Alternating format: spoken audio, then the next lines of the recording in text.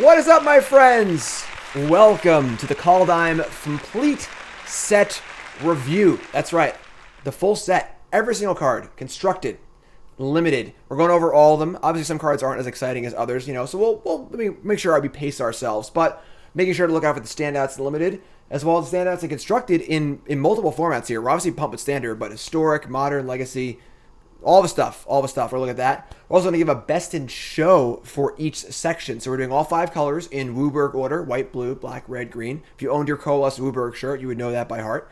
We're also doing a multicolored section and a colorless section, which will include artifacts and land. So 7 total sections. On stream, we're going straight through, of course. If you're watching on YouTube, it'll be seven separate videos.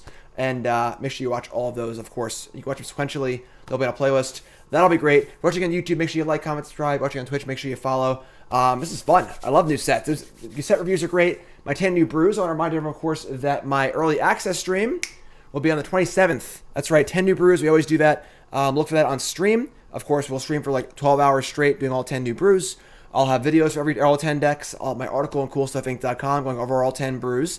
And probably my favorite piece of content that I do, honestly. So look for that one, of course, on the 27th of January, which is 1 week from today, actually. That works out perfectly. And yeah, set review. We're starting with white, which works out perfectly because white's, of course, the worst color in Magic, and therefore stragglers who missed the start of the stream won't miss much. Little white hate? Let's get going here. I know. All right, boo. Boo this man. Let's go. Let's start off. And our first card is actually a card I got to preview myself. One of my 3 preview cards. Big thanks to Wazzy for that. We have Axgard Braggart. Axgard Braggart is a 4-mana 3/3. This is obviously a draft card. I'm not going to see this card constructed. It's not quite Questing Beast, But in limited, this is a really, really good limited card. 4-mana for a 3/3. It is the Boast ability. So right off the bat, we're going to go through all the new mechanics and stuff. Our first Boast card is right here. Boast is an ability where you can pay the cost once if the creature has attacked this turn. So once it attacks, you turns on, you can play for it once. So 2 mana to untap it and put a +1/+1 counter on it. That's really good in limited. So this is effectively a 4/4 for 4. And then it's a 5/5, and it's a 6/6. Plays offense, it plays defense. This is like your bread and butter, like top quality common creature for limited. Really, really good common. Probably a little worse than like a common removal spell, but definitely way, way up there in quality for limited. In limited, we're always looking for cards on rate, and cards that can scale up as the game goes on. This card scales perfectly. It's got a good rate. It's ready to go. It's up Optimator. Thanks to appreciate that. So, very solid limited card. Definitely be aware of this card in your drafts. I know it looks like a 3/3 for 4, but it's better than that limited for sure. Next card is Battershield Warrior, another limited Boast card. 2/2 for 3. 2 mana to Boast. Creatures you control get +2. That would be pretty great, +1/+1 until end of turn. And this is another good Boast effect for limited. Obviously, you can go for an all-out attack. It's only a 2/2 for 3. If this was a 2/2 for 2, this card could have constructed applications. But at 2/2 for 3, not going to see any constructed play. But definitely a solid limited card. Obviously, if you're going wide, making tokens, things like that. And just a solid draft card. I don't think it's great, but it's definitely a solid push-through kind of draft card. You can only boast once. If you can boast multiple times, it'd be insane. But it can only boast once. So our next card is Battlefield Raptor. Raise your hand in chat if you're a paper boomer like me, and you remember a card called Suntail Hawk. Judgment, common, anyone? Suntail Hawk was a 1/1 flyer for 1. When that card was printed, it was like whoa, you can't print a 1/1 invasion creature for 1? What are you, crazy? It wasn't really that good. But now we have a 1/2 flying first strike Suntail Hawk. And it's, Lantern Kami came later. 1/2 flying first strike. A lot of words here on this card. They don't really mean much. Because, first strike on a 1-power creature, Evasion on a flying creature, it's fine. But 1 power is pretty tough.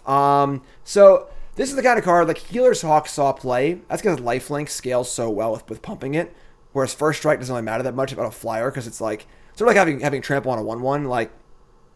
It's kind of redundant, right? They're not blocking in any way because it's flying, so first strike doesn't really matter. So this is the kind of card that, it's got a lot of stats on it, but the stats aren't necessarily super relevant. If you have ways to pump it, it's reasonable, but just kind of a silly card. And just, looking back at Suntail Hawk, okay, boomer me or whatever. It's, it is what it is. Evasion on a flying creature. Yeah, exactly. All right, let's go. Next card. Beskar Shield Mate. This is the way. Anyone? So 2-1 for 2. When it dies, make a 1-1. Solid limited card. Just a solid draft card. Obviously, if you can trade and leave a resource behind, that's great. Your barrier for 2/2s in limited is not too high. So a very solid draft card. Nothing crazy. Makes 2 warriors. Kind of a cool card. Bounding Gold, the amount of aura. Enchanted permanent is enchants a permanent. Can't attack, block, crew vehicles, and its activated abilities cannot be activated unless they are mana abilities. So this is actually pretty flexible. This is very, very close to Banishing Light, and in some ways better. It does leave the card in play, but this thing can target lands, like an Azcant of a Sunken Ruin. It can target planeswalkers. It can target creatures. It can target vehicles, of course. It can do a lot. So realistically, while its effect at 3 mana isn't great, this is definitely comparable to, possibly even better than Banishing Light in some ways. It's an aura, which can matter, because there are aura synergies, ways to find it with auras, trigger off auras, and so on and so forth. And don't forget, folks, one of the important things about evaluating cards in a new set is looking at the sets that are already legal. And Theros Beyond Death is still legal. So there are still constellation effects, enchantment payoffs, things like that. Like Heliod's Pilgrim can get this card. So it's always important to look at things in context. So the fact that this is an aura is almost better than Banishing Light in that regard. And it's very, very similar in function. So card that could see play constructed, top tier pick in limited. This is like your premium removal spell in limited for sure. It's probably the best white common. I haven't looked at all the white commons yet, but it's probably the best one. So pretty solid common for sure. Definitely could see constructed play as well. Our next card is Clarion Spirit. And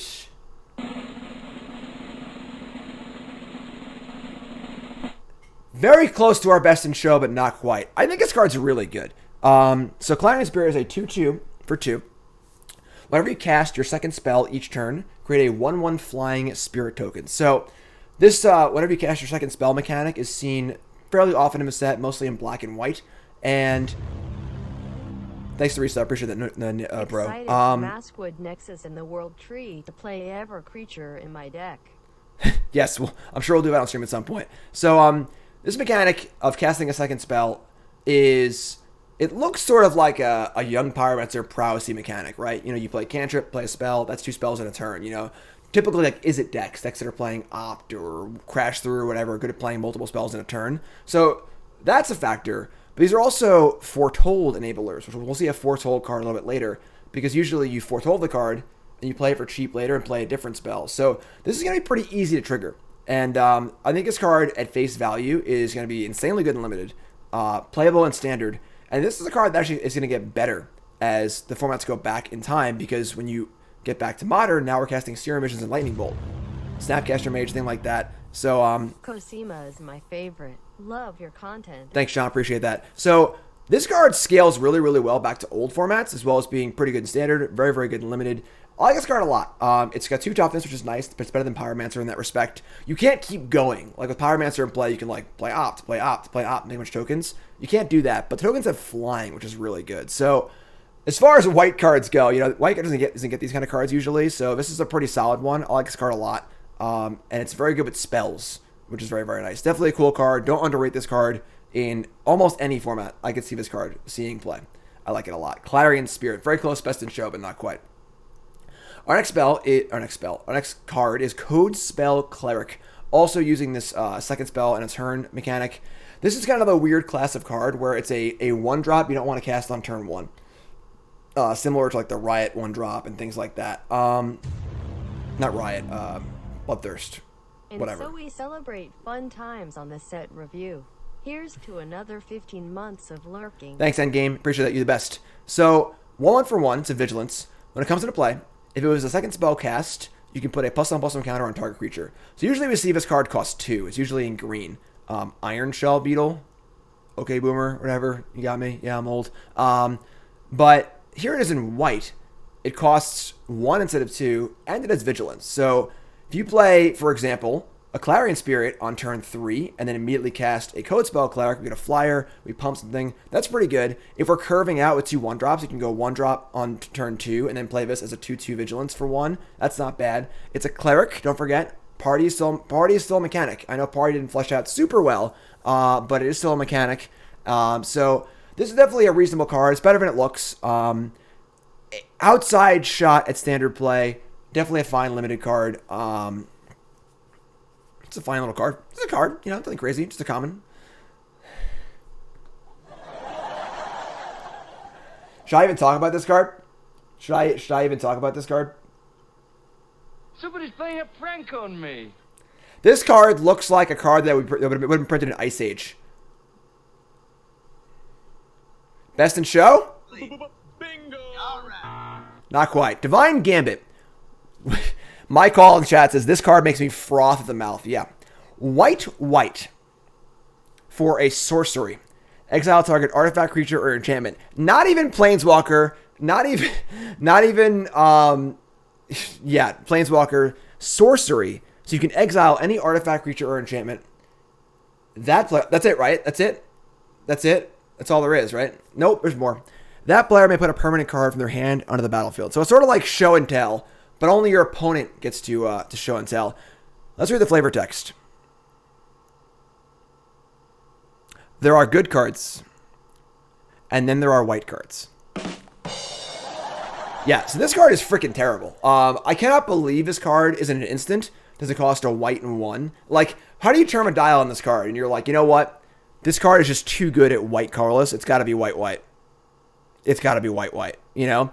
No way to cheat with it. You can't target your own stuff. It's just like, it's just mind-boggling how pathetic this card is. It's almost like it's a joke. You know, like they made the card as a joke just to like Lion's Eye Diamond, you know, where it's like, haha, look how bad this card is. If this card was an instant and it cost a white and 1, maybe we'd be talking about it. Because a control deck could play it like later in the game, so on and so forth. If it killed Planeswalkers, maybe, but this card is just comical. I can't look at it anymore. I'm done. Doomscar. Uh-oh. What was that? The best in show. So from worst to first here, Doomscar is our best in show for white. We do a best in show for every color. Of course, Thor's here to help us out with that. With a little Mjolnir action. Right? Right, Thor? Thank you, Thor. I appreciate that. Doomscar is the latest in a long line of 5 mana Wrath effects. Of course, Wrath effects kill all creatures. White 3, sorcery, destroy all creatures. That part's fine. You know, the 5 mana Wraths have been like, you know, they're like mildly playable. End Hostilities was the best one, you know, really printed. But this one's got the Foretell mechanic. And I was calling it Foretold before. Please don't laugh at me. I do this for a living. Foretell is a mechanic that says you may, during your turn, you may pay 2 mana and put the card face down off to the side. It sounds like Morph, but it's not. It's actually nothing like Morph at all. It's very similar to Suspend or Echo in that you're paying a mana. You're kind of breaking up the cost over multiple turns. It's not Morph at all. Morph is a very, very bad comparison because Morph is about playing to the board. You play a 2/2 for 3. It's face down, but it's in play. It affects the board. It attacks. It blocks. It can be killed, and so on and so forth. These cards go off completely out of play. Completely off to the side. And it's sort of like having a secondary hand. Of course, you're partially revealing information that you're saying, I'm going to possibly play this card later. But it could be something else as well. So it lowers the subset of cards that it can be. It's actually going to help train players be better at figuring out their opponent's hands because it kind of like puts the card right there. It's like, hey, you should try and figure out what this card is. That's what you should be doing all the time for your opponent's hand, but I digress. So 2 mana to put the card aside. And then on a future turn, important to note, not the same turn. You cannot foretell on the same turn you foretell. On a future turn, you can pay the foretell cost and cast a spell. So on turn 2, you can foretell this. Then on turn 3, you can wrath them. So a turn 3 wrath with no drawback is pretty insane. Again, we're looking at kind of like an Echo, Suspend sort of miss here. It does also kind of increase your hand size a little bit, sure. Put things off to the side, can't be Thoughtseize, so on and so forth, which is kind of cool too. This one's real good because there are obviously other cards that foretell, and it becomes a shell game where you foretell a card, and maybe it's a counterspell, maybe it's a Wrath of God, you don't know. So you foretell a card on turn 2. Now your opponent's looking at the creatures in their hand, and they're like, should I put all these in play? Or should I maybe wait? Is it a Wrath? Is it not a Wrath? I don't know. So this card is really, really good. The presence of this card is very, very powerful. Knowing what cards have foretell is going to be important. So you got to do your homework, of course, which is what you're doing right now. You're watching this video. Yeah. You did your homework. Great job. But this card's insane. Very, very, very, very powerful. the threat of a Wrath on turn 3, you can play it later. Also cool because you can play it on turn 2. Then on turn 5, when you actually Wrath, you can Wrath and still have like a Staple Stroke up or a Negate up or something like that. So this card is really, really good. Being able to break up the cost of a Wrath over multiple turns is great. You can just play it on 5 mana. That's fine too. So super, super cool card. Very, very interesting mechanic. We're just see how this one plays out. But I like it a lot. Definitely a cool card. Best in show. Is this better than Wrath of God? I don't think so. No. People were saying that on Twitter. People were being very hyperbolic, as they always are in spoiler season. This is the best Wrath ever, basically. I don't think it's that good, but it is very, very good. Very, very good. And we'll see. Obviously, it's a new card. So it's hard to know exactly what it's gonna be like. So let's keep going here. Doomscar into Doomscar Oracle. A little less exciting. They meant it for a 3/2. Whenever you cast a second spell each turn, you gain 2 life, and it foretells for 1. So kind of what I was saying here. So foretell and the second spell a turn mechanic are like peanut butter and jelly. They go really well together. Crunchy peanut butter only, though. So you can foretell this, and then on turn 4, you play a 3-drop, play 1 and cast this, gain 2 life. So definitely a cool common for limited. It's fine. The 3/2 body is not amazing. Doubt this card will see play in Constructed as a 3/2 for 3, but it's a solid, okay draft card. There are some life gain synergies as well. It's a Cleric. Just keep your eye on those things. Oh my God, Becky. Look at that Ox. That's a big booty. Oh, yeah. I'm okay. Giant Ox, 2 mana for an 0/6. Great. Can crew vehicles using its toughness rather than its power. So obviously this is cute. This is sort of like the big dumb creature that can crew things. Okay, you get it. So sure. There are vehicles in the set. We'll look at those later. There is one vehicle in particular that crews for 6 that makes white mana. We'll see that in the colorless section. This is obviously more of a limited card. I mean, I'm sure we'll play some meme decks this is Constructed. They have like, the toughness is your power mechanics and stuff. It's just a silly card. I'm not going to see any serious play probably, but very, very fun, thick Ox. Glorious Protector is next. Glorious Protector is a Restoration Angel 2.0. Is it a full upgrade? No. White 2, so a little harder to cast for an Angel Cleric, 3/4 flying flash. Now, we know of Restoration Angel that floor of 4 mana, 3/4 flying flash is very high. A lot of times, Resto just got cast to eat a 3/3. They attack with a 2/2, you flash it in, you block it.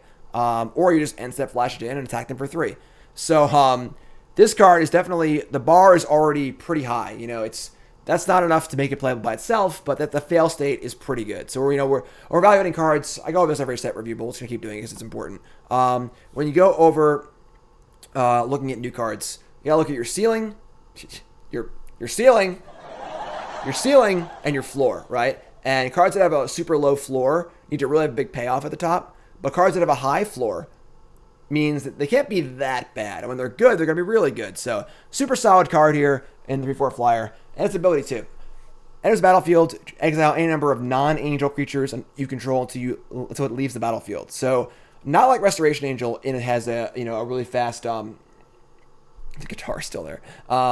You can't do it immediately. So it's not a flicker synergy. We're not going to be flickering stuff and then getting it back immediately. Whatever you exile is gone until Protector is back. So this is much more likely to be seen more like a Protector team kind of card. It can gain value. You can flicker your, whatever, Muldrifter kind of card and then get it back later at some point. But then this has to die. So it's going to play differently than Restoration Angel, but still good. Not as good, but still good. It also has Foretell. And Foretell cards with Flash can be played on your opponent's turn. You can't foretell it face down as an instant, but you can cast it on so you can foretell on your turn, then cast it on your opponent's turn. So a lot of words on this card. The floor is super high. The ceiling is reasonable. This is a very solid card. I don't know what deck wants this card, but it's definitely a real card, and just a solid rare. Will it show up? Probably. Do I know where? No. God's Hall Guardian. A little less exciting. This is a 6 mana, 3/6 Vigilance with Foretell 4. Just a limited card. If you have Foretell synergies, if you need a Curve Topper, it's fine. You can't play it on turn 4 in theory. It's not even that good on turn 4. So just an okay limited filler card. Not super exciting. Next up is Goldmaw Champion. Kind of looks like Thor, actually. 2/3 for 3. Boast 2. Tap a creature. This is not... what was that card called? Territorial Hammer something. The dinosaur that taps stuff and taps it. That card was an insane common and limited. This one's good, but not as good. Tapping creatures is great, but the mana cost isn't great. The body's only an okay size. It's a decent card to break through, but it's not like amazing. It's just fine. Just solid limited card. Nothing really great. Ooh, okay. So now we go into cards that are mythics and with lots and lots of words on them. A lot of words in this set. I wonder if this set has the most words of any set ever. There are a lot of flip cards and a lot of words on them. Halvar, God of Battle. 4 mana for a 4/4. Legendary creature, God. So, decent floor.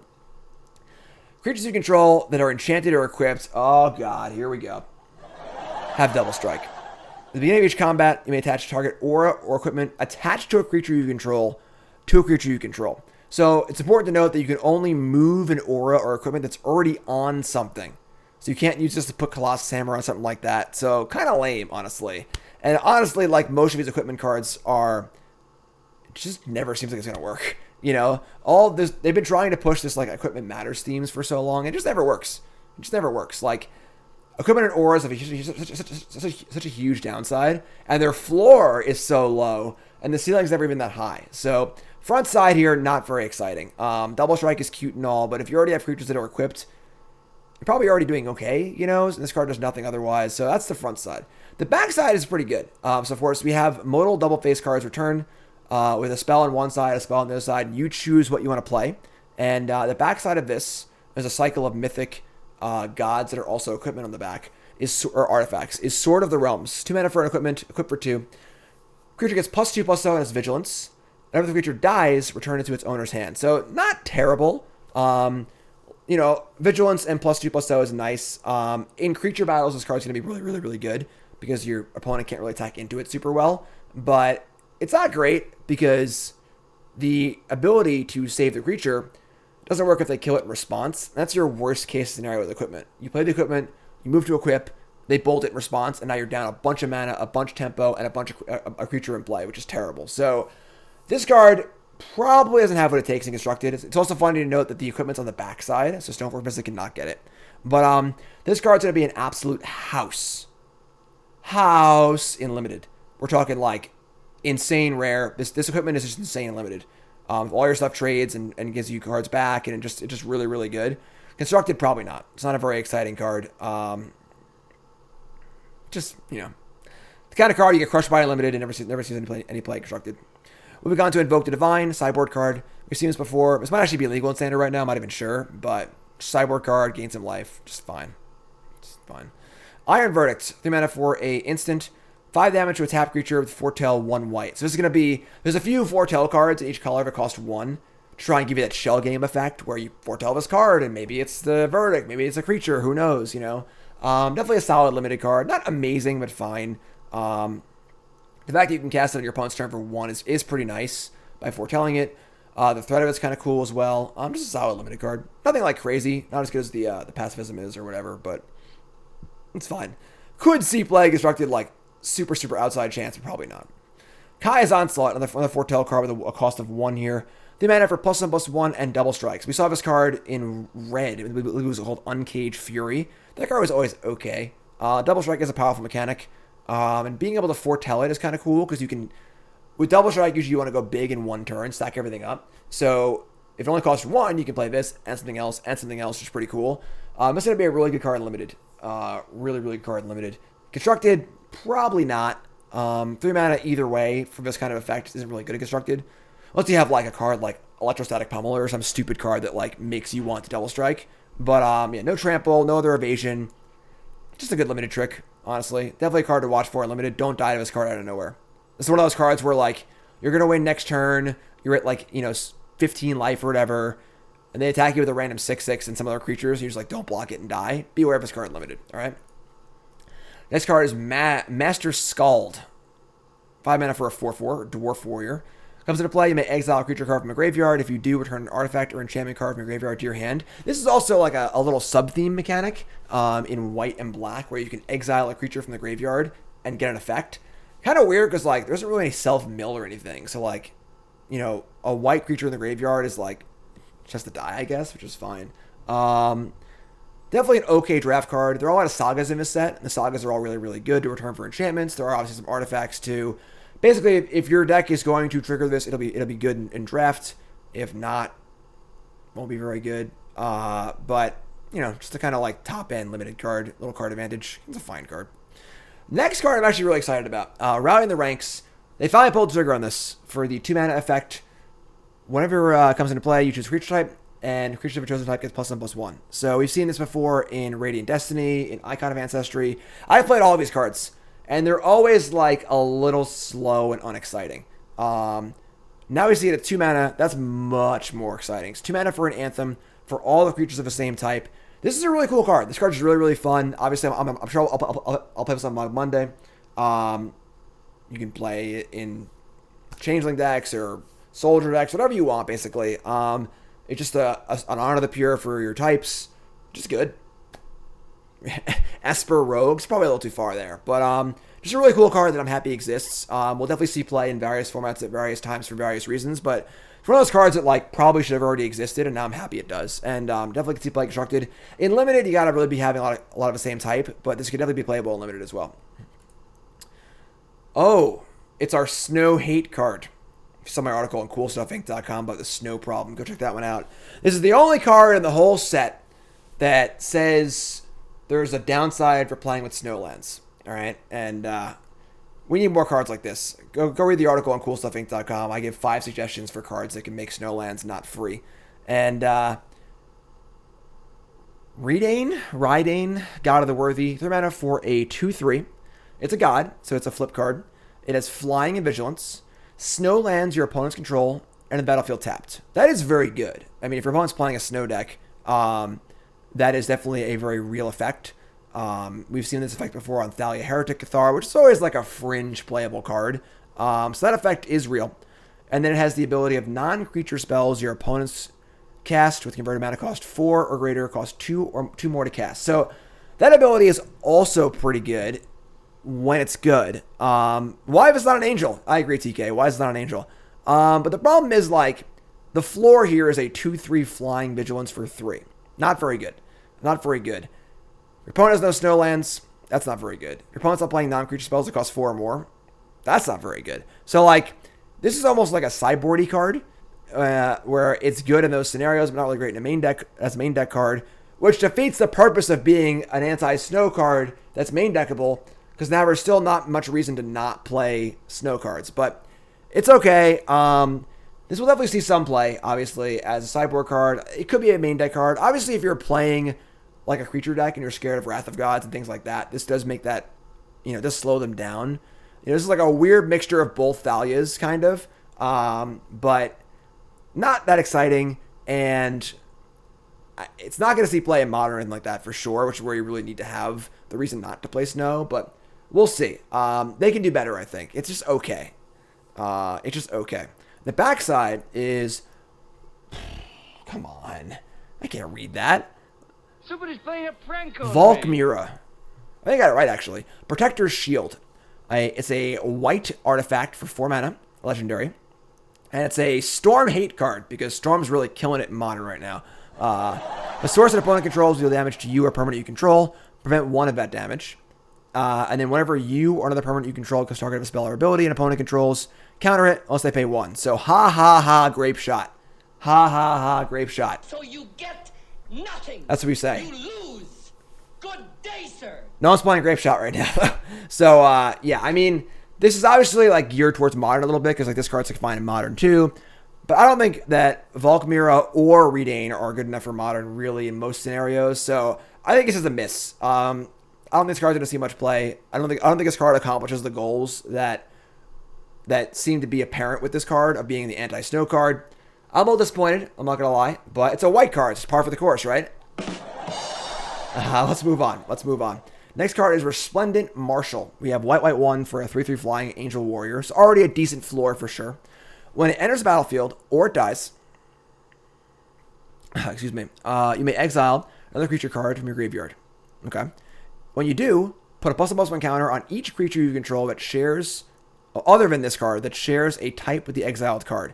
So kind of a weird, like, tribal payoff card that is probably not going to be tribal in and of itself, unless it's a warrior or an angel, but pumps your other tribal stuff. So, for example, if you were to splash this in a goblin deck, you could pump your goblins. And then when it dies, you can do the same thing. That's kind of cool, but like, yeah, unless it's a warrior deck or an angel deck, it's not part of the tribe, you know? So, like, that's like kind of eh. There are a lot of words in this set. You gotta be, yeah. I'm gonna have no voice left at the end of this set review for sure. But so it's the kind of card where like it looks kind of cool. It could be good. It's no venerated locks it on. That's for damn sure. Absolutely right. But like, you gotta have a creature in your graveyard. You gotta have all the same time. It's just like there's so many hoops to jump through here. And while the floor of a 3/3 flyer for 3 is fine, it reminds me of Resplendent Archangel, honestly. Right? That like 3/3 flyer is a mythic. You can like pay 5 and pump it. When you gain life, you get a 4/4. Just tons of words, but they never actually come up in gameplay. It's just like, all right, it's a 3/3 flyer for 3, you know? So pretty unexciting. It's okay. It's kind of a cool idea, but what are you gonna do? What are you gonna do? Revitalize is back.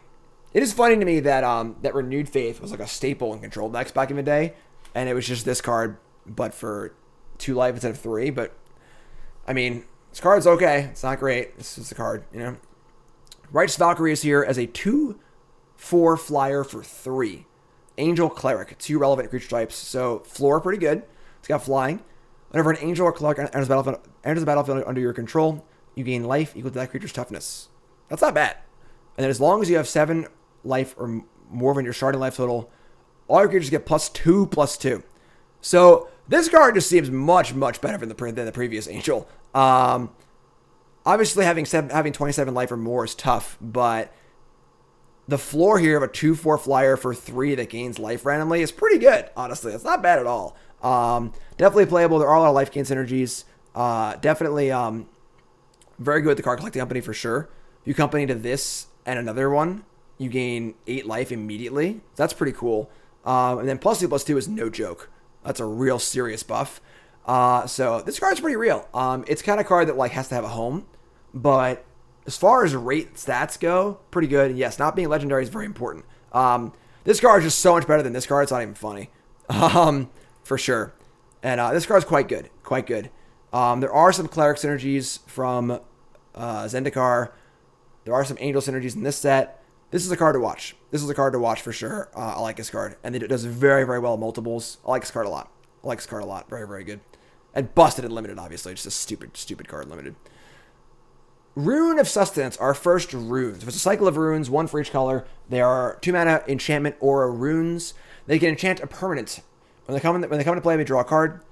And the white rune gives lifelink. And it also, if it can enchant an equipment and then make that equipment give lifelink, which is just like stupid.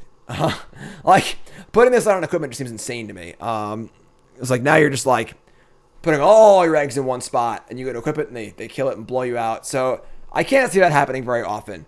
But lifelink is an ability. I think all the runes are very solid in limited because 2 mana to augment your creature and draw a card is pretty good, honestly.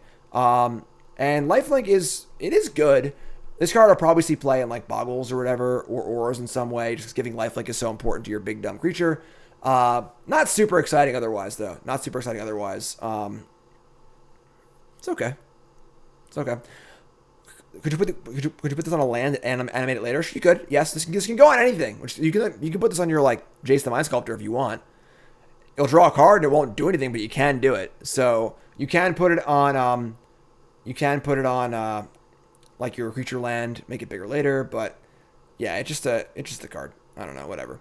Rune 4 Champion. Now, if runes are going to be playable, this is the card that will do it. This is the kind of way you want to enable enchantments and auras and stuff. 3 mana for a 2/3 Dwarf Warrior. When it comes into play, you search your library or graveyard for a rune, put it in your hand, and then shuffle. You can pay 1 colorless mana rather than the mana cost of a rune. So now your runes cost 1. So now they're 1 mana cantrips. That's really good. That's really good. Because paying 1 for an effect and drawing a card is amazing. That's just really good. So card advantage, decent body, cost reduction. This is a reasonable card. You know, are the runes good enough to make this good? Probably not. But this is the kind of enabler that would be necessary to make runes playable. So kind of a cool card. Obviously, very good limited. If you just cast this and get a Rune, you're way up on cards, which is awesome. But outside shot, I constructed play for sure. And again, like we said, Theros is still legal, so there's still constellation effects and things like that. Next up is Search for Glory. We have a Snow Sorcery. That's right, new mechanic here, Snow Sorceries. There are obviously snow returns for snowlands, things like that, but there are also snow spells. And the snow spells have things to do with the amount of snow that you use to cast it. So this is a 3-mana sorcery. Search your library for a snow permanent, a legendary card, or a saga. Reveal it, put it in your hand, shuffle your library. You gain 1 life for each snow spent to cast a spell. So ideally you gain 3. Gaining 3 life on your tutor is pretty good because tutors are typically a tempo loss. So you gain a life. It kind of gets you the time back that you spent casting it, which is pretty good. But these sorts of 3-mana tutors just aren't very good. Like Idyllic Tutor and so on and so forth. They're just so slow. And there isn't really a good reason to want this card. Unless you're like assembling some sort of combo. But like, it's just so much mana to spend just to go get your cool Saga card. This can get Elspeth Conqueror's Death and things like that, which is kind of cool. It can get some older cool legendary cards, you know, like Dark Depths, sure, things like that. But it's just way too slow to really have much effect, I think. This might see play in some sort of weird prison or control or prison deck or combo deck, but on the whole, pretty unexciting. Pretty much par for the course for these sorts of white tutors. You can get a land too, but sure, it's just not particularly great. Shepherd of the Cosmos is a 6-mana 3/3 flyer. Comes into play, return a permanent card, mana cost 2 or less from your graveyard to the battlefield. Kind of at odds with the exile things from your battlefield mechanic going on, so probably not super great, you know, in limited. 2 is not necessarily great. 4 tells for 4. This is an okay draft card. If you have things to get back, if you have foretell, I keep saying foretold, foretell payoffs, it's fine, but it seems kind of unexciting, honestly. Not super amazing. If it was 3 or less, that'd be a big deal, because 3 is like the bread and butter limited cost. Not every deck has a ton of 2-drops, but, you know, okay limited card, probably not as good as it looks. Sigrid, God Favored, white 1, legendary human warrior, 2/2 flash, first strike, pro god creatures. So already a lot of base stats here. 2/2 flash, first strike, pro god creatures.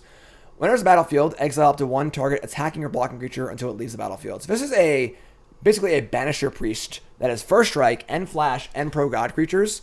That is pretty good. Banisher Priest effects have always been mildly playable. You know, this is not quite Skyclave Apparition, but very reasonable. The fact that the body actually matters in combat is very, very important. Skyclave don't battle too well. You know, Banisher Priest don't block too well. But a 2/2 first strike, that's a little different. This can ambush things, and, you know, so say they attack with 2 Grizzly Bears, you can exile 1 and block the other, which is awesome. So Flash makes this card very, very interesting for sure. Again, what kind of deck wants this card? Not sure. I mean, definitely, you know, Death and Taxes card deck, sure. Honestly, it seems like a cool sideboard card for control decks, where against the aggro deck, you just like board this in, eat their blocker. Seems pretty good. So, kind of a cool card. Good against Embercleave decks, absolutely. So they spend their money on their money. They spend their money. It's only white, Jim. You got to push harder than this. They spend their mana on Embercleave. You get it. Sure, just a solid card. Just a very solid card. I'm sure it'll find a home in some places. It's not like an archetype card that makes an archetype by itself, but very solid card. Spectral Seal, 2 mana for an enchant creature, gets +2/+2, which is fine rate, not bad. Giant strength and all. Okay, boomer. 2 mana, exile it from your graveyard. Return another aura or equipment from your graveyard to your hand. Now, if it exiled a different card to get itself back, that would be real good. But it does play well with other auras. Again, auras and equipment don't do super great. So, okay, limited card. Obviously, if you have a few of the runes in your deck, and you can get this thing back, or get other things back with it, it's kind of cool. You know, trying to solve the problem of the card disadvantage of auras is cool, but just kind of a middling card. I think super exciting. Stalwart Valkyrie. Again, we have the exile creature from your graveyard for a benefit effect. If this card was a 3/3, I'd be pretty excited. But as a 3/2 flyer for 4 or 2 mana exile creature, it's only okay. You can't really cast this early because you're not going to have a creature in your graveyard. These spells sort of cannibalize each other. The more of this you have, the less you can use it, the worse it gets. So just like a passable limited common. It's the kind of card that like needs synergy to be good, but isn't even that good anyway. So you pull off your synergy and you have a 3/2 flyer for 2. Who cares, you know? Like, would a 2 mana 3/2 flyer even be playable by itself in constructed? Probably not. So, Starnheim, Courser, Windrake to 2/2 for flying for 3. Artifacts and enchantments cost 1 less. Fine limited card, honestly. Obviously, there are a lot of enchantments, artifacts in the set. This could see play in some combo deck if reducing costs is important, but probably not. Just a card. Starnhelm Unleashed. I think this card's pretty overrated. White 2 for a sorcery. Make a 4/4 White Angel Warrior token with flying and vigilance. So it's basically a 4-mana Sarah Angel token. If it was foretold, create X tokens instead. So the foretell cost is XX1. So basically it's 2 mana, and then 3 mana for a 1 flyer, 5 mana for 2 flyers, 7 mana for 3 flyers. The problem is, except Les Paul, they're just like not that good. You know, like you pay 7 mana total for 2 4/4s. We already have a land that does that, and just a freaking land. You know, so like it's okay. Obviously the creatures, the tokens can get bounced. They get hit by Claim the Firstborn and Eliminate and stuff like that. If it was an instant, this card would be very, very good. Yes, being able to end step, make angels would be awesome. But as a sorcery, it's hard to know what deck it really wants this card. If you're a control deck, just play Eldamari's, or not Eldamari, Amaria's, whatever it is, the token maker land. And if you're a more aggressive deck, then you just don't want this, I don't think. So kind of unexciting, a lot of words, not a lot of payoff, just not a very exciting card. Up next is Story Seeker. Kind of like Glory Seeker, but not. All the boomer cards today. 2/2 lifelink for 2. It's a cleric. It's a dwarf. Playable limited card. I've always actually liked these cards limited a lot because they put you in spots where you can like gain a few life early, and that 4 life it can really matter later on, which is kind of nice. And it's just a bear otherwise, which is fine too. Very solid draft common. I like these kind of cards.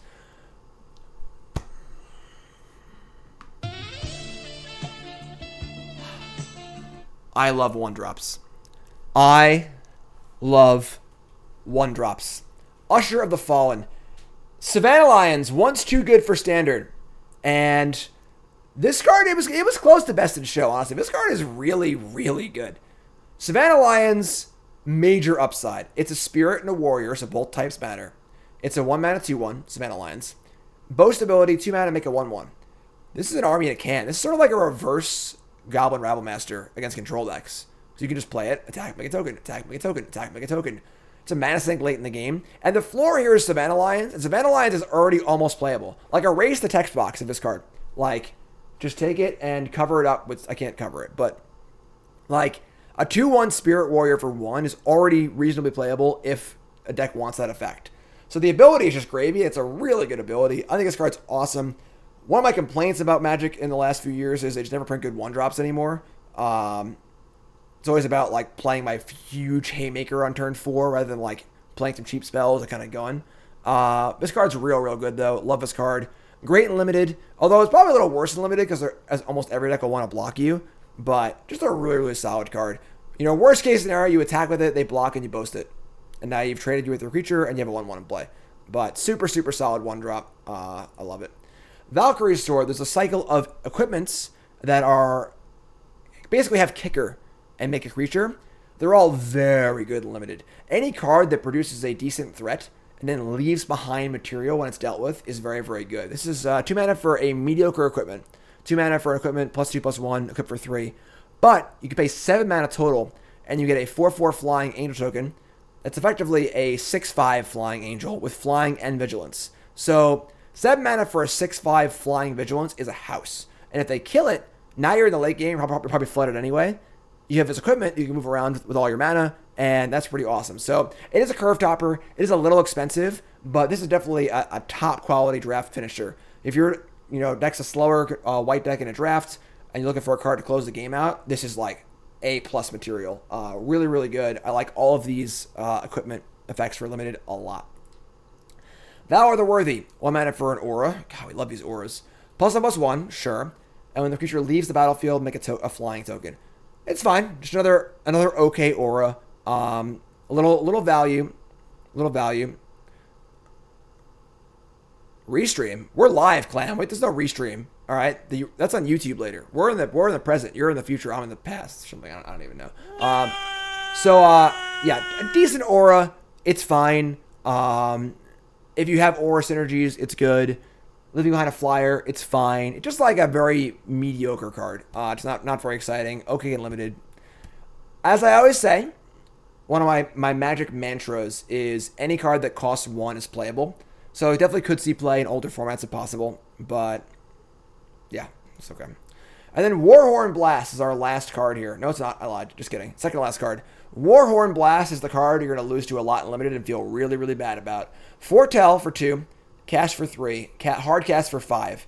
This is your typical like trumpet blast, pump your whole team effect in limited, where you pump the whole team, plus 2/+1's a lot. If you go super wide, boom, now they're all huge, you know? So the kind of card where your opponent's got they have 4 bears in play, and you have a 4/4, and you're like pretty happy you stabilize, and they swing with everything, and you're like, ah, crap. So be very aware of this card. Don't die to this card. It does have foretell, so it is kind of like a, isn't it? But definitely a solid limited card for sure. Foretell makes this pretty reasonable too. Kind of cool. And Mead down, soars up. Yeah, the dwarves ain't gonna like that one for sure. So, and then our actual last card, Wings of the Cosmos, 1 mana instant. Creature gets +1/+3 and gains flying until end of turn. Untap it. This is your typical like mediocre 1 mana trick in limited. I actually kind of like these. I think any card that costs 1 is just like so good. I keep saying it, but in limited, it's so hard to play around a 1 mana trick. Very, very difficult. Because your opponent plays a 4-drop, and then on turn 5 plays a 4-drop. You know, like did they have not have a 5-drop to play? Who knows? You know, the tricks that cost 3, tricks that cost 4, they're just telegraphed. You attack with you leave up your mana and say go, and they're like, oh, obviously. But cards that cost 1 are very, very easy and very, very tricky. The effect isn't amazing, but it's fine. So if you're looking for a trick, this is it. I would not want many of his cards in my deck. I wouldn't be super upset to cut this card, but this is definitely a reasonable trick and limited for sure. There's a lot of words on it. That's white. So again, if you missed it, best in white was Doomscar. That was our best in show. YouTube folks, like, comment, subscribe. Blue's coming up. All right, YouTube. I love you. Thanks.